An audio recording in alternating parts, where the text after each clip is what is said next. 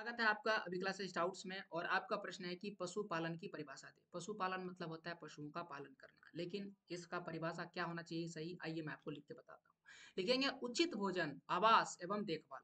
केवल पशु को पालने के लिए हमारे पास उनके लिए उचित भोजन आवश्यक होना जरूरी है, और उनके लिए एक आवास की भी आवश्यकता होती है। तो पशुओं के लिए उनका एक उचित आवास का भी जरूरी है। और साथ ही साथ हमें उन पशुओं का एक समुचित देखभाल करना है कि सही से भोजन कर रहे हैं या नहीं कर रहे हैं, सही से रह रहे हैं या नहीं रह रहे हैं। और कभी बीमार पड़े तो उनसे संबंधित डॉक्टरों से उनका देखभाल जरूर करवा लेना चाहिए। तो ये तीन चीजें जानवरों के लिए बहुत ज्यादा जरूरी है, इसीलिए इन तीन शब्दों के साथ लिखेंगे कि उचित भोजन, आवास, देखभाल प्रदान करने के लिए बड़े पैमाने पर, छोटे पैमाने पर नहीं, एक दो पशु को पालना जो है वो पशु पालन की कैटेगरी में, इसके लिए बड़े बड़े बड़े पैमाने पर, ठीक है, बड़े पैमाने पर पशुओं को पाला जाता है, इसे पशुपालन कहते हैं।